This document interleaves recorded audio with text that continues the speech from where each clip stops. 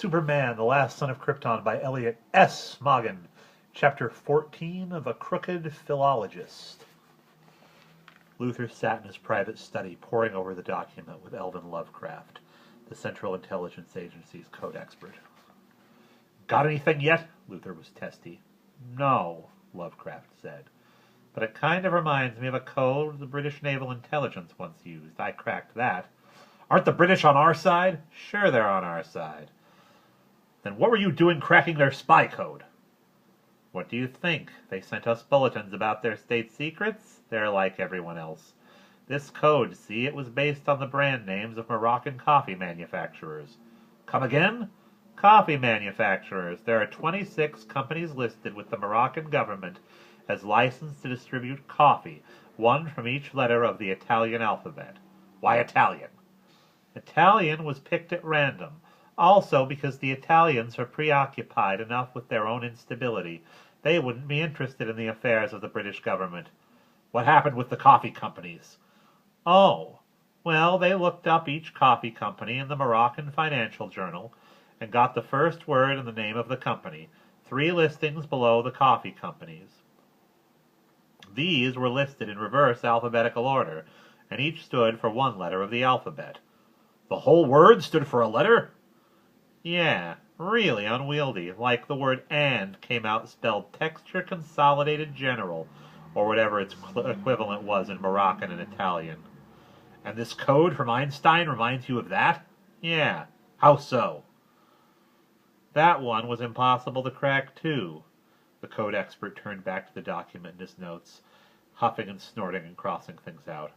Luther stared at him, trying to decide whether to feel amazed, confused, or disgusted. He couldn't make up his mind, so he went into the next room to watch a videotape of the news that BJ prepared for him every day.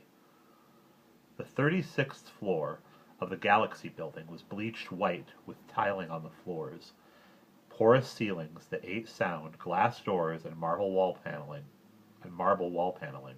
broken only by carefully selected prints of abstract paintings with stainless steel frames. Jan Schlesinger, perched in the chair beside the reception desk. Pleasant but not friendly, attractive but not sexy. The last girl to sit behind that desk was dismissed when she came to work one day wearing argyle socks. With a swirling spout of earth-colored clouds formed in front of Jan, and then consolidated into the form of a grinning 4-armed man about 5 feet tall, she was sure she was being tested. "May I help you, sir?" "My purpose I will not hedge. I've come to speak with Morgan Edge." "Yes, sir. Do you have an appointment?" "Just tell this Edge that Toby's here, and he will see me, never fear." "Mr. Edge is only available by appointment, sir. Galaxy Communications is a very large company. If you would write a letter specifying what you would like to talk to Mr. Edge about, I'm sure it would be a better idea." "Toby. Toby. Tell him that and he'll see me." "Toby?" "That's my name, the very same." "Just a moment, sir." Jan pressed a button on her desk's inner office picture phone and addressed the facelift that flashed on the screen. "Mr. Toby here says he's sure Mr. Edge will want to see him." "Toby," the facelift said. "Did you say Toby?" Yes, Towbee. Does he have 4 arms and a mustache and speak in rhymes?" This has got to be a test, Jan thought. Keep your cool, girl. "Yes, he does," Jan said. "Stand by a second." The screen flashed a test pattern.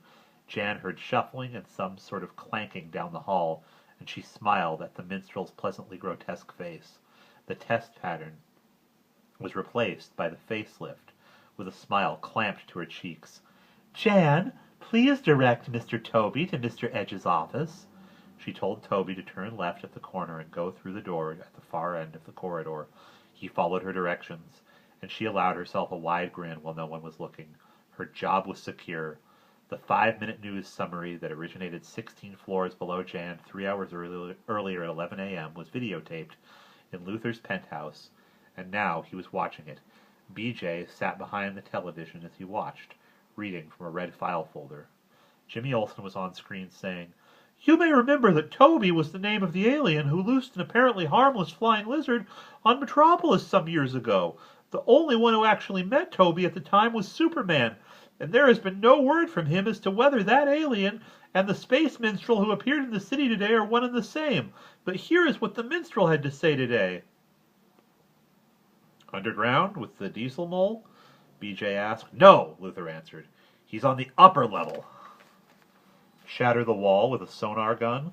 "No, too spectacular. Disguise him as a guard? Needs too much planning." Toby was on the screen now, singing, "And a path to arms rule he is treading." "Snuggle in jet boots?" BJ asked.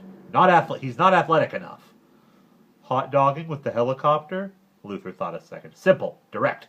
Not something I would be immediately suspected of. Maybe, yes. Who's the best pilot serving time?" "McDuff." "Give him a schematic of the prison, and send him in here for his working orders," Luther said as Toby was replaced on the screen by the face of Jimmy Olsen. "And rewind that tape. I want to hear what that spaceman said again. The part about a prophecy or something." Edge was close to 50. Everyone knew that, but no one would have guessed that. He smiled a lot, the way a cobra smiles. A few strands of gray salted his brown hair. He affected a holder with a cigarette, which he occasionally lit. He was quite experienced at dealing with potential recording stars, and he considered the fact that this one was alien to the planet an afterthought. "Quite a show you put on today, Mr. Toby." "The show's not the important part. I need a stage to make my art, of course." "And you feel that the recording division of Galaxy is the proper forum for that art?" "To Galaxy I'd make a gift of songs and tales, your soul to lift." "A gift, of course."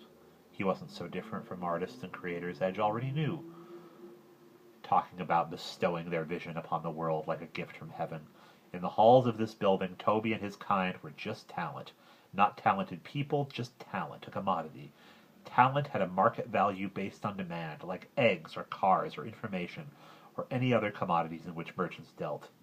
"Just show me to a microphone. I'll sing and show you worlds unknown." "Yes, well, I'm afraid you will have to work out the particulars with Cleet Mavis, the president of our recording division. He's on the West Coast right now, but I will direct him to work out a deal with you as to—" "You speak to me of deals, good man? Vulgarity is not my plan." The preposterous little creature was offended. He was standing up, ready to leave, when Edge's business sense piped with, "That's just an expression we use, a euphemism. Deal, like in a card game." Edge wasn't sure what he meant by that, but Toby seemed to like it. Toby sat down again and told the executive that he was relieved. He had one request to make of Edge, however. He wanted to know where he could find back issues of the Daily Planet. Edge asked the secretary to take Toby to the records room on the 6th floor. Toby pored over copies of the Planet printed in the past several days. He picked up a copy from 2 days ago that had a large picture of Lex Luthor on the front page. He stared at it intently for several seconds, turned into a puff of smoke, and vanished. Luthor gave McDuff his instructions. A few minutes before 3 in the afternoon, on Clark Kent's broadcast 3 hours later, following the lead story on Toby, there was an account of a spectacular escape from the Pocantico State Correctional Facility. A helicopter touched down in the prison courtyard, and an obscure little man named John Lightfoot scurried in to take off before some of the guards could even turn their heads and see. This armored hull of the copter pinged with bouncing bullets as it sped upward at a 60-degree angle, possibly toward a mother craft, maybe a jet circling above, before prison hardware could be brought into play against it. The escape was daring, apparently flawless, and nearly successful. While the copter was still within sight of the prison grounds, it began to weave in the air. It coughed, sputtered, and lost altitude. It crashed into a wooded area less than a mile from the Pocantico facility. In the wreckage were 2 bodies, charred beyond belief. Lightfoot was a professor of linguistics who was once unfortunate enough to become involved in a scheme with a collection of incompetent industrial spies. In less than a month, he would have been eligible for an almost sure parole. No one, understood how he could have known anyone who would attempt such an escape, or why the linguist would agree to a dangerous adventure this late in his sentence. Some prison guards who saw the crash claimed to have seen a kind of swirling, colorful mass envelop the helicopter before it went out of control. This was obviously an illusion caused by the distance. "Damn!" Luther told the television. BJ realized that if he had a choice between talking to a mechanical object or another person in a room, Luther would invariably address the object. "Is that birdseed brain still working in the study?" This was a non-rhetorical question, which meant Luther was talking to her. "He hasn't come out. Last time I was in there, he hadn't made any progress. Cretin hasn't even decided whether it's a code or some kind of foreign language. Now that Lightfoot's gone, we're stuck with... What's that?" Someone below the penthouse was banging on the floor. "Somebody's banging on the floor," BJ observed. "Very good. Tomorrow, we try potty training. Tell me something." "What?" He banged again. "Has anyone new moved in downstairs?" "No." And again. "Is anyone in this penthouse dancing or moving furniture or doing anything that would annoy someone downstairs?" "No." The banging was constant now. "Have we ever in the past had downstairs neighbors who bang on our floor just to be cranky?" "No."